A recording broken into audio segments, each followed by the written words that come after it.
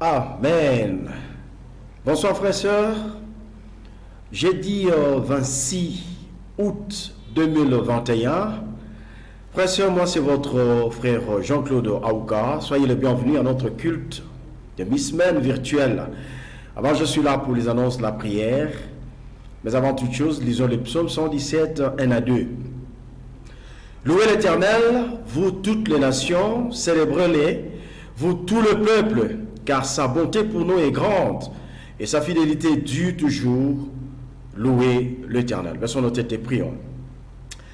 Seigneur notre Dieu, Créateur du ciel et de la terre, Père, nous venons en ces instants au-devant de toi pour te célébrer, te louer, Dieu, dire combien tu es merveilleux, combien tu es bon Père, combien tu es Papa pour nous, Seigneur. Toi qui as créé, Seigneur Dieu, le ciel et tout ce qui s'y trouve, Père. Tu as créé la terre et le mer. Tu as créé toutes choses, Seigneur Dieu, visible et invisible. Et tu nous as créé à ta ressemblance. Nous te disons merci pour cela. Nous te disons merci aussi pour le salut que tu nous as donné en Jésus. Merci pour le sacrifice de Christ. Merci, Seigneur, pour cette grâce et ces privilèges que tu nous donnes en ces moments. Déjà le matin, tu nous as réveillés, Père. Tu nous as donné le mouvement et l'être. Et tu as permis que nous puissions nous mouvoir, mon Dieu, mon roi. Et ça, c'est une grâce. Voilà, nous voulons raconter cela, Seigneur Dieu. Nous voulons, Seigneur Dieu, publier ces hauts bienfaits dans nos vies. Mais nous voulons te demander pardon pour tout ce que nous avons commis, Seigneur, comme péché devant toi. Sanctifie-nous. Nous te recommandons ce culte, Père, entre tes mains, tous les aspects, chaque intervenant, Dieu, que tu l'utilises de la manière la plus rationnelle, Seigneur, afin de pouvoir communiquer ce que tu as mis dans chacun de cœur de ces intervenants, mon Dieu, mon roi.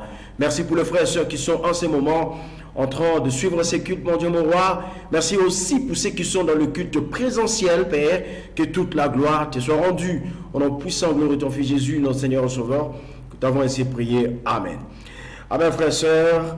Alors, rapidement, le plan du culte, la prière d'ouverture qui vient d'être dite par moi, juste va intervenir après la chorale avec le chant de louange et d'adoration. Je reviendrai pour les annonces. Le message du jour sera prêché par notre frère Jean-Marc. Je reviendrai pour la prière de clôture.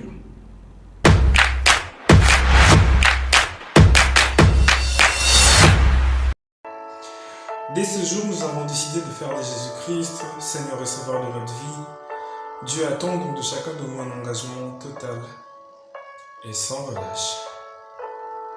Sans relâche.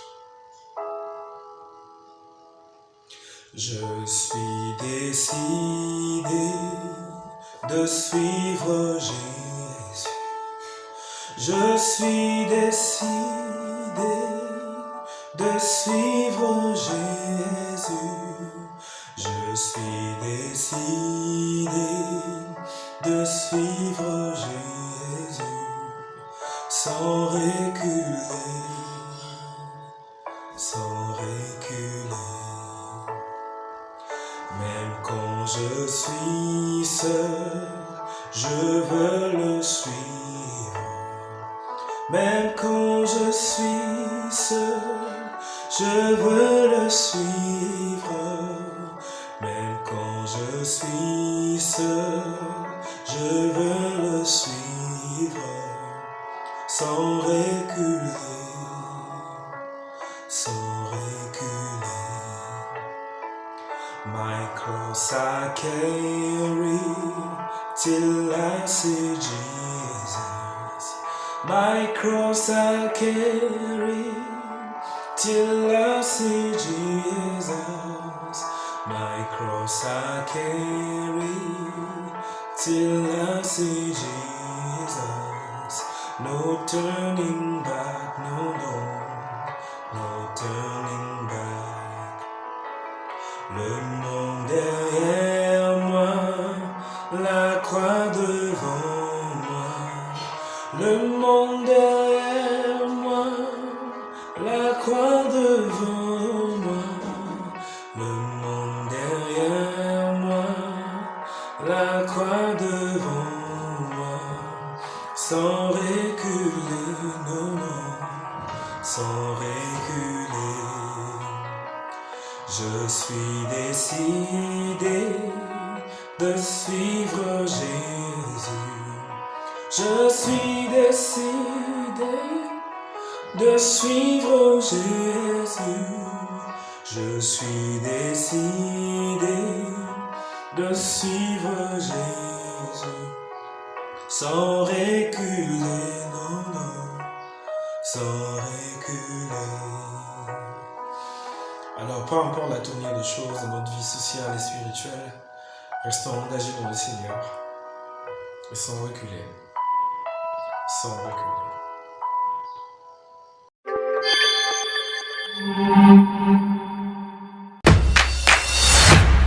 Année 2021, frères et sœurs, vous savez, a été décrétée année de l'utilité. Et nous osons croire que chacun de nous est en train de travailler de manière à ce qu'il soit utile au Seigneur, il soit un vase d'honneur dans la maison de Dieu, mais aussi qu'il soit utile pour les frères et sœurs. Rappelez-vous, frères et sœurs, nous devons nous servir. Nous venons à l'église pour servir. Servons le Seigneur, mais nous servons aussi l'église à travers les frères et sœurs. Voilà pourquoi chacun doit fournir beaucoup d'efforts pour être utile au Seigneur. Frères et sœurs, demande de prière. Nous continuons à prier pour la RDC, la paix, la sécurité, la stabilité, frères et sœurs. Nous prions pour les autorités, nous prions pour les institutions, nous prions même pour les pays limitrophes. La RDC, nous prions pour la pandémie à Covid-19, frères et sœurs. Prions pour le personnel travaillant, le personnel soignant, le personnel administratif, frères et sœurs, dans les hôpitaux. Prions pour le gouvernement pour qu'il trouve assez de moyens pour la prise en charge de cette maladie. N'oublions pas, frères et sœurs, si nous avons des frères et des membres de famille qui sont touchés par cette pandémie, nous avons besoin, frères et sœurs, de le recommander entre les mains du Seigneur pour que le Seigneur leur apporte la guérison. Oui, sans oublier parmi nous des frères et sœurs qui souffrent dans leur chair et qui ont besoin de notre assistance. Ils ont besoin de la prière. N'oublions pas de prier pour Madon Toumba, Rodin Abala, Steve, Marie, Jocelyne Palanquet, Maman Cécile, Madon Mandiangou, Alden, Maman Gina Bonpère, Papa Gilbert Capon, quoi qu'il soit parmi nous, et son fils Mickey.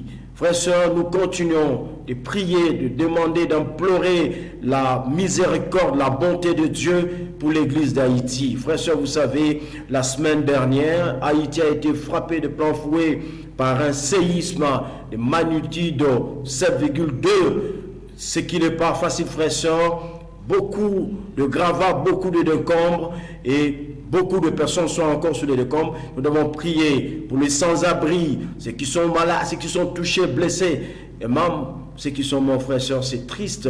Haïti est en train de traverser par un moment difficile. Donc nous devons soutenir cette église et soutenir les frères et sœurs. Sans oublier nos frères et sœurs qui sont ici, frère Max Laplanche, Karine Laplanche, Marie-Jocelyne Palanquet et tous les autres Haïtiens, peut-être que nous connaissons. Nous pouvons les recommander entre les mains de Dieu, afin que le Seigneur les fortifie pour ces moments difficiles qu'ils passent avec leur famille. Frères et sœurs, Covid-19, la pandémie est là. C'est vrai que les chiffres sont en train de baisser en RDC, mais c'est que nous devons observer scrupuleusement, frères et sœurs, le geste barrière édicté par le gouvernement et l'insistance chaque dimanche, chaque jeudi, au culte, nous insistons pour que nous puissions prendre soin de nous-mêmes, nous protéger. Voilà pourquoi nous observons le geste barrière, nous portons correctement et obligatoirement les masques en milieu public, nous lavons le main avec du savon ou appliquons les solutions à base d'alcool, ne nous touchons pas le visage, frères et sœurs, nous éternuons ou toussons dans le creux du coude. Nous observons la distanciation sociale, frères et sœurs. Évidemment, lorsque on sent qu'il y a de malaise, allons, faisons-nous dépister. Et si il s'avérait que, frères et sœurs, on est positif au Covid-19, eh bien, mettons-nous en quarantaine, suivons le traitement, frères et sœurs. Ce serait un geste responsable. En même temps, nous nous protégerons, mais aussi nous allons protéger les autres. Ce serait responsable de notre part. Prions pour tous ces sujets. Père éternel, merci pour Ces sujets que nous venons d'énumérer, Seigneur Dieu, tout à l'heure, Père, nous avons la foi, nous savons, Seigneur, que ces différents problèmes que nous venons d'exposer trouveront solution, Seigneur. La Bible dit ce que vous demanderez au nom de Jésus, et si vous avez la foi, vous le verrez s'accomplir. C'est ce que nous sommes en train de faire en ce moment, Seigneur. Merci pour la paix, la stabilité des institutions, Seigneur. Merci pour le malade, pour ceux que tu as guéris déjà, Seigneur, pour ceux qui sont convalescents et ceux qui souffrent encore, Père de gloire. Nous avons la foi que tu vas leur relever, Père, et qui vont recouvrir leur santé, et ils te serviront, Dieu, ils te glorifieront. Seigneur, nous prions pour l'Église, nous prions pour les dirigeants de l'Église, nous prions pour les familles d'Église, nous prions pour tous les disciples à travers le monde. Nous n'oublions pas, Seigneur, l'Église d'Haïti, les frères et sœurs qui sont touchés par ces séismes, mon Dieu, mon roi. Nous te les recommandons entre tes mains. Ceux qui n'ont plus d'abri, mon Dieu, mon roi, qui passent même la nuit sous la belle étoile. Père, nous te prions de soutenir ces sans-abri, ceux qui n'ont pas de nourriture, n'ont pas d'habits, ceux qui sont blessés, Seigneur Dieu, entre tes saintes mains, que tu leur apportes le réconfort le plus nécessaire, sans oublier nos frères qui sont ici, ils sont avec nous, ils sont haïtiens, Seigneur. Nous te les recommandons de le fortifier, de les encourager. Son nom puissant, glorieux, ton Fils Jésus, notre Seigneur et Sauveur, que nous t'avons ainsi prié. Amen. Alors, frères et sœurs, le programme de la semaine, en fait, le programme d'évangélisation, vous savez que c'est la dernière semaine du mois d'août. Alors, l'évangélisation type, c'est évangélisation par secteur. Alors, frères et sœurs, spécialement pour cette semaine, sachant que nous sommes en train de préparer un culte de grande envergure, dénommé Retour à la maison, eh bien, nous allons faire notre évangélisation par contact. Chacun va contacter ses amis qu'il connaît, ses frères, ses membres de famille, qui autrefois étaient disciples de Jésus-Christ. Ils étaient avec nous à l'église, mais qui sont partis. Frères, sœurs, nous allons les évangéliser, nous allons les inviter, frères, sœurs, pour ce dimanche.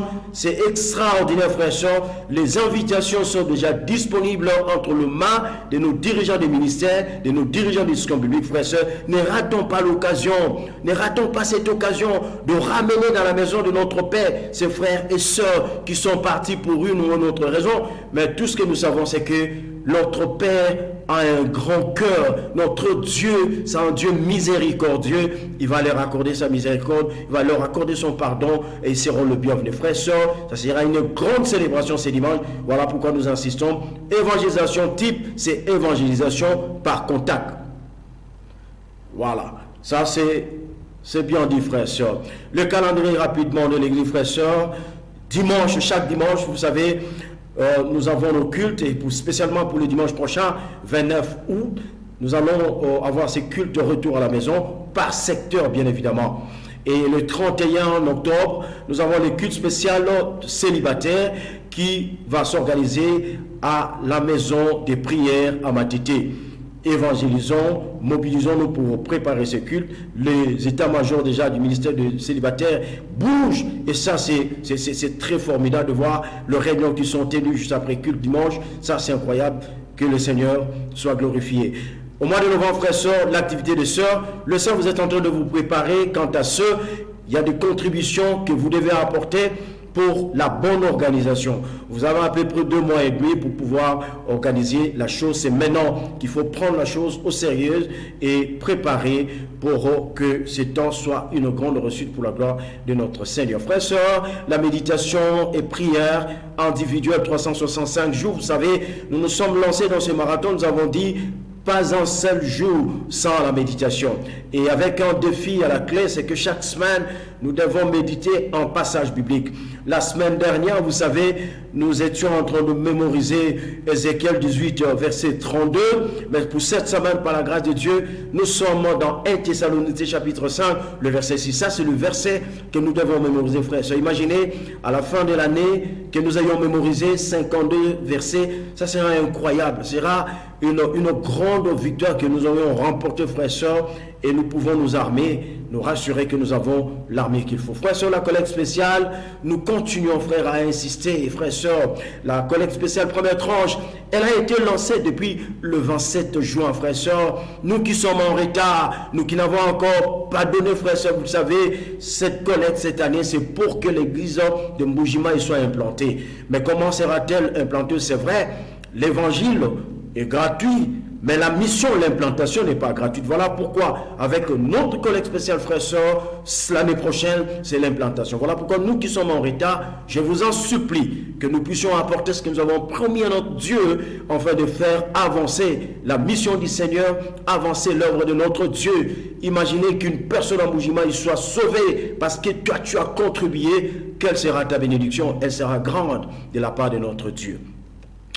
Frères et sœurs, le culte, nos horaires d'habitude, vous savez, nous avons 2 cultes à la maison de prière, communément appelé QG. Le premier culte, c'est de 8h à 10h à la maison de prière.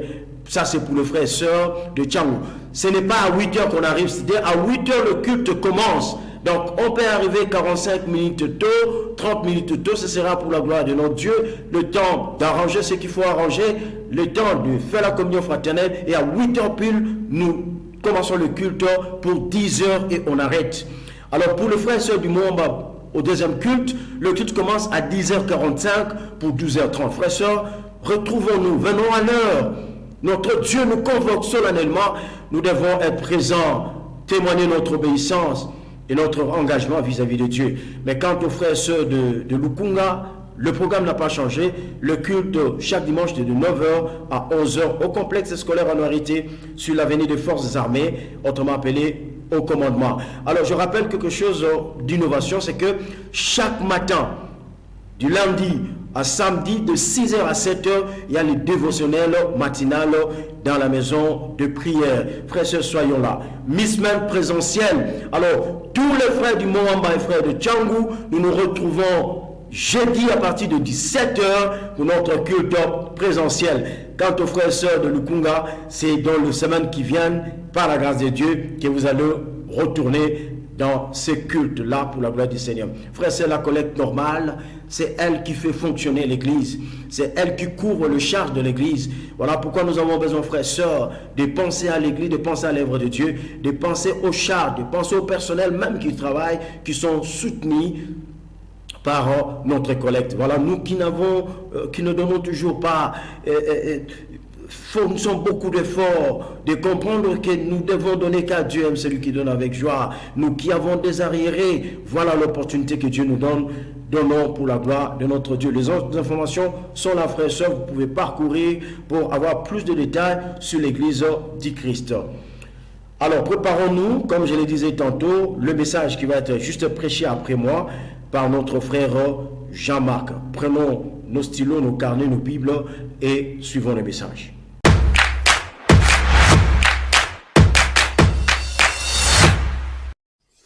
Bonjour frères et sœurs, je bénis le Seigneur pour l'opportunité qu'il nous offre ce soir de nous retrouver dans notre culte de mi-semaine virtuelle. Moi, c'est votre frère Jean-Marc Mogo, et donc je bénis Dieu pour cette grâce, et avant de pouvoir aller plus loin, nous allons incliner nos têtes et prier. Dieu notre Père, nous voulons vraiment ce soir te dire merci pour le privilège, la grâce que tu nous accordes de nous retrouver dans ta présence. Nous voulons écouter ta parole, et c'est sur moi que tu portes ton choix ce soir pour que ce soit le canal par lequel tu vas passer pour atteindre tes fils et tes filles qui sont dans cette ville et même ailleurs, pour que nous puissions vraiment comprendre quelle est ta volonté pour nous. Merci pour ta présence au milieu de nous. Sois notre Dieu de nous diriger au nom de Jésus. Amen. Alors, frères et sœurs, nous allons lire le passage de Matthieu. Nous sommes dans le livre de Matthieu, chapitre 16, le verset 24 à 25. Voici ce que la parole de Dieu déclare. Nous lisons au nom du Seigneur. Ensuite, Jésus dit à ses disciples, si quelqu'un veut venir après moi, il ne doit plus penser à lui-même. Il doit porter sa croix et me suivre. En effet, celui qui veut sauver sa vie la perdra, mais celui qui perdra sa vie à cause de moi la sauvera. Frères et sœurs, ça c'est un texte d'écriture qui nous est familier. Nous avons très souvent l'habitude de le lire dans l'évangile de Luc. Mais c'est toujours le même texte. Et ici, nous voyons que c'est le Seigneur Jésus-Christ qui est en train de s'adresser, en fait, à ses disciples. Et nous voyons ici que Jésus est en train d'interdire à ses disciples d'avoir une attitude. L'attitude de laquelle il parle ici, il dit, je vous interdis de penser à vous-même. Et il donne par la suite une recommandation à ses disciples pour dire, je vous recommande de porter votre croix et de me suivre. Frères et sœurs, le petit thème que nous allons devoir partager ce soir, c'est Dieu attend de nous un engagement total. Frères et sœurs, en tant que disciples de Jésus-Christ, en tant que chrétiens, nous devons avoir la façon de penser de notre Maître. Et vous allez vous rendre compte que Jésus, dans son parcours spirituel, Jésus, dans sa marche sur cette terre, c'était un meneur d'hommes. Il drainait des foules à sa suite. Mais on va se rendre compte, frères et sœurs, que Jésus n'était pas impressionné par la quantité ou le nombre de personnes qui marchent à sa suite. Mais on va se rendre compte que Jésus était beaucoup plus impressionné ou fixé sur la qualité de la personne qui voulait marcher à sa suite.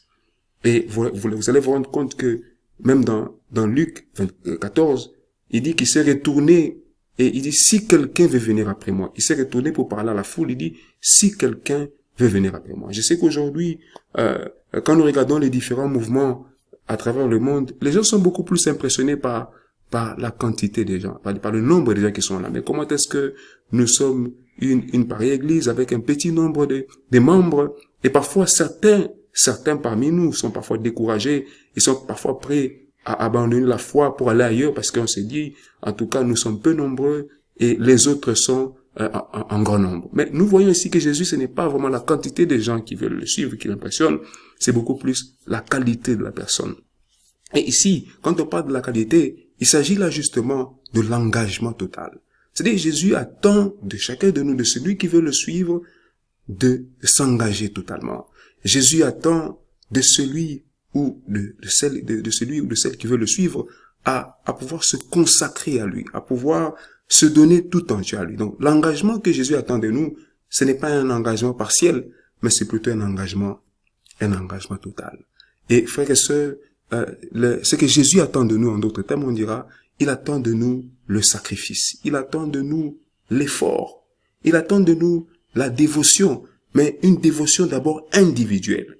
Et, bien-aimés dans le Seigneur, nous appartenons tous à une église et nous rêvons la croissance de cette église. Nous rêvons que dans cette génération, que nous puissions remporter la victoire. Mes frères et sœurs, pour que nous puissions arriver à remporter cette victoire, à bâtir notre partage biblique, à bâtir notre ministère, à bâtir notre secteur ou notre église, frères et sœurs, ça demande l'engagement personnel de chacun de nous. Ça demande que chacun de nous puisse se donner à 100%. Et la question qu'on a besoin de se poser ce soir, ou en cet instant, c'est que sommes-nous engagés à 100% à Dieu? Sommes-nous totalement engagés à Dieu? Est-ce que nous nous donnons à Dieu à 100%? C'est la grande question qu'on peut se poser. En d'autres termes, on peut se dire, est-ce que nous donnons tout entier à Dieu? Est-ce que nous sommes totalement dévoués, totalement consacrés au Seigneur? Parce que quand on parle de l'engagement total, moi j'ai toujours aimé ça dans Luc 9, 23, dans la version français courant, où il avait dit, si quelqu'un veut venir après moi, qu'il cesse de penser à lui-même. Donc, bien-aimés dans le Seigneur, l'engagement à 100%, le sacrifice que Dieu attend de nous, c'est que nous puissions non plus penser à nous-mêmes, mais penser à Jésus, à ses intérêts. C'est en fait, en d'autres termes, ne plus faire notre propre volonté, mais faire la volonté de Dieu. Et vous vous rappelez, par exemple, à Gethsemane, notre Seigneur, il était face à une situation, il y avait la croix, parce qu'il était venu sur cette terre pour donner sa vie en rançon avec que l'humanité soit sauvée. Mais il y avait aussi sa propre chair qui était en train d'exiger qu'il abandonne, d'exiger qu'il puisse laisser tomber. Mais vous le savez, Matthieu 26, verset 39 le dit. Il dit, Père, si c'est possible, éloigne de moi cette coupe de douleur. Toutefois, non pas comme je veux, mais comme tu veux. Donc nous voyons par là que Jésus, il est venu sur cette terre avec un engagement. En fait, il a été caractérisé par un engagement total, un engagement à 100%. Donc, frère, l'engagement à 100%, c'est la soumission à la volonté de Dieu et l'insoumission à notre propre volonté. Et, bien-aimés dans le Seigneur, dans cette affaire du sacrifice, dans cette affaire de l'engagement total, quand nous parcourons la Bible, que ce soit dans l'Ancien Testament comme dans le Nouveau Testament, nous avons des prédécesseurs spirituels qui nous ont déjà donné l'exemple et que nous sommes appelés à imiter. Et ce soir, je vais vous parler des 4 rapidement. Nous devons imiter Jésus d'abord, notre Seigneur, Parce que même déjà à 12 ans, bien-aimés dans le Seigneur, quand nous lisons Luc 9, Luc 2 plutôt, verset 49, pendant que ses pères et mères étaient en train de le chercher, vous le savez, il s'est retrouvé au temple au milieu des anciens, des autorités spirituelles juives. Mais lorsque ses parents ont exprimé un peu leur inquiétude, pour dire, on t'a cherché partout, on t'a pas trouvé. Mais Jésus s'est adressé à ses parents pour dire, mais pourquoi me cherchez-vous? Ne savez-vous pas qu'il faut que je m'occupe des affaires de mon Père? Donc déjà, à 12 ans, notre maître, il était consacré à Dieu, il se donnait à Dieu, il était en train de s'occuper des affaires de Dieu, son Père. Frères et sœurs, aujourd'hui, nous nous posons beaucoup de questions. J'ai tel besoin qui n'est pas encore comblé, nourriture, boisson, vêtements. Mais je connais quelqu'un qui a dit, pour paraphraser le passage de Matthieu 6, 33, il dit, fais des affaires de l'Éternel tes affaires, et l'Éternel fera de tes affaires ses affaires. Donc, bien aimé dans le Seigneur, même la consécration, c'est en fait une attitude qui va même nous rapporter des bénédictions, parce que quand nous nous occupons des affaires de l'Éternel, quand nous prenons soin de son œuvre, nous nous engageons totalement à 100% à ce qu'il attend de nous. Le Seigneur pensera à nous. Et c'est cela, c'est la parole de Dieu qui le déclare. Donc, et le deuxième exemple que nous devons prendre, c'est celui de Timothée que nous avons besoin d'imiter. Timothée, c'est un modèle pour nous parce que quand vous lisez le passage de Philippiens, chapitre 2, le verset 19 à 21, l'apôtre Paul s'adresse aux chrétiens de Philippe. Mais pendant qu'il s'adresse à eux, il est en train de rendre un très très bon témoignage de Timothée pour dire que je suis sur le point de vous envoyer Timothée. Parce que dans mon cercle rapproché ici, Timothée est le seul qui partage les mêmes sentiments que moi. Il dit, je n'ai personne qui partage mes sentiments pour prendre vraiment votre situation à cœur. Il dit, tous, en effet, cherchent leurs propres intérêts et non ceux de Jésus-Christ. Donc, Timothée, c'était un imitateur de Christ, un imitateur de Paul, son aîné dans la foi, son leader. Et Timothée, c'est vrai, au-delà de toutes les occupations qu'il avait, mais il s'est démarqué dans le sens que il était en train de prendre à cœur la cause de Christ. Aujourd'hui, parfois, nous sommes en train de nous rendre compte que beaucoup, lorsque nous sommes dans nos affaires, dans nos business, dans notre travail, mais on ne voit pas vraiment comment est-ce que nous consacrons pour l'œuvre du Seigneur. Mais c'est là que Dieu nous attend. Dieu attend de nous que nous puissions, en tout cas, être ressemblés à des aînés dans la foi, comme Timothée. Le troisième exemple, rapidement, c'est l'apôtre Paul lui-même, bien-aimé dans le Seigneur. Quand nous lisons le passage de 2 Corinthiens, chapitre 11, le verset 28, il dit qu'il était envahi par le souci que lui donnaient toutes les églises. Donc Paul avait un souci incroyable. Et c'est ce qui expliquait sa consécration de tous les apôtres. Il a travaillé dur. Il a permis à l'évangile d'atteindre d'autres coins de l'humanité. Bien-aimés dans le Seigneur, ce sont des aînés dans la foi qui étaient totalement engagés à Dieu. Et je voulais chuter en parlant de David. Vous savez, David, un jour, il avait voulu, en tout cas, offrir à Dieu quelque chose, construire à Dieu quelque chose. Mais il s'est adressé à Ravna qui voulait lui donner gratuitement le terrain. Mais David, j'ai tout beaucoup aimé. Quand David y parlait, il dit, je n'offrirai pas à l'Éternel, mon Dieu, des holocaustes qui ne me coûtent rien.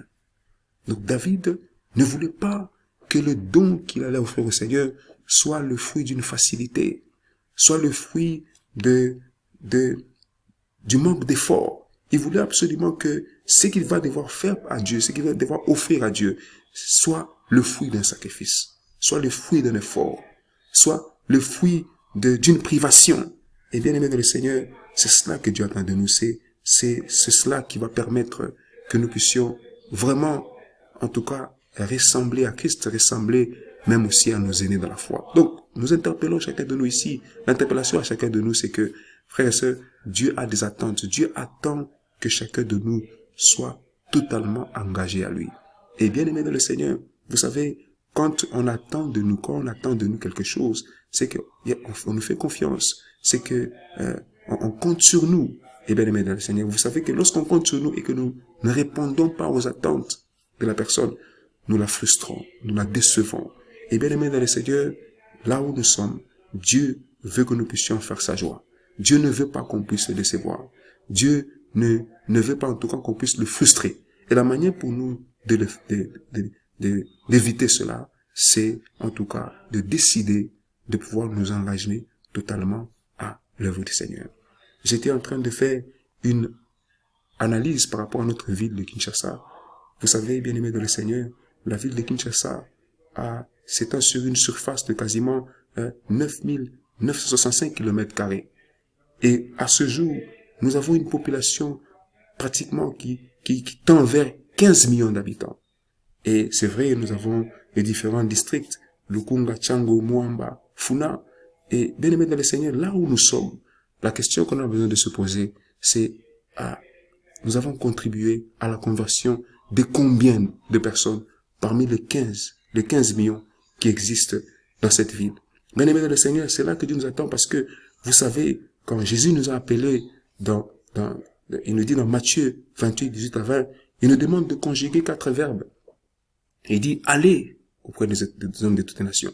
Est-ce que nous allons? Il nous demande de faire des disciples. Est-ce que nous faisons des autres disciples? Il nous demande de baptiser au nom du Père, du Fils et du Saint-Esprit. Est-ce que nous faisons cela? Et il nous demande d'enseigner à obéir. Bien aimés dans le Seigneur, nous sommes en train de voir les gens aujourd'hui et nous avons besoin de les aider. Mais la question c'est, dans le lot de 15 millions d'habitants qu'il y a dans cette ville de Kinshasa, combien de personnes as-tu aidé? Combien de personnes as-tu fait disciples? C'est là que Dieu nous attend. Si nous obtempérons à cette ordre du Seigneur, c'est en fait la manière pour nous de montrer que nous sommes totalement engagés à Dieu. Et Dieu attend de nous que nous puissions nous lever. Dieu attend de nous que nous puissions répondre positivement à ses attentes. Et si nous le faisons, c'est son nom qui sera glorifié. Vraiment, voilà un peu le message que je vais partager avec vous. Que Dieu vous bénisse. Nous allons incliner nos têtes et prier. Dieu notre Père, nous voulons te dire merci pour ce message. Merci pour cette parole que nous venons d'écouter. Nous te demandons de nous aider à la mettre en pratique. Nous te demandons de nous aider à la pratiquer, à vivre comme toi tu le demandes, Seigneur. Merci de ce que tu m'aideras et merci de ce que tu aideras tous mes frères et sœurs, tout pour ta gloire, au nom de Jésus. Amen. Frères et sœurs, je vous souhaite une bonne soirée. Que Dieu vous bénisse abondamment. Merci à vous.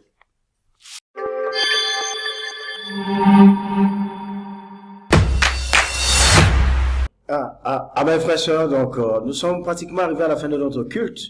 Mais laissez-moi remercier notre frère Jean-Marc pour son brillant message sur Dieu attend de toi et l'engagement total. Frères et sœurs, merci à vous qui avez participé et avez rendu ce culte possible. Nous pensons à la chorale, nous pensons à l'équipe technique, aux intervenants, mais également à vous, frères et sœurs, d'avoir participé à notre culte. Et vous-même, chers amis, qui pour la première fois nous visitez à travers ce culte virtuel, baissons nos têtes et prions. Père éternel, merci pour ton amour et ta bonté, ta fidélité. Seigneur, merci parce que tu as parrainé ce culte de bout en bout et que tu as permis, Seigneur Dieu, que nous apprenions, Seigneur Dieu, sur notre engagement.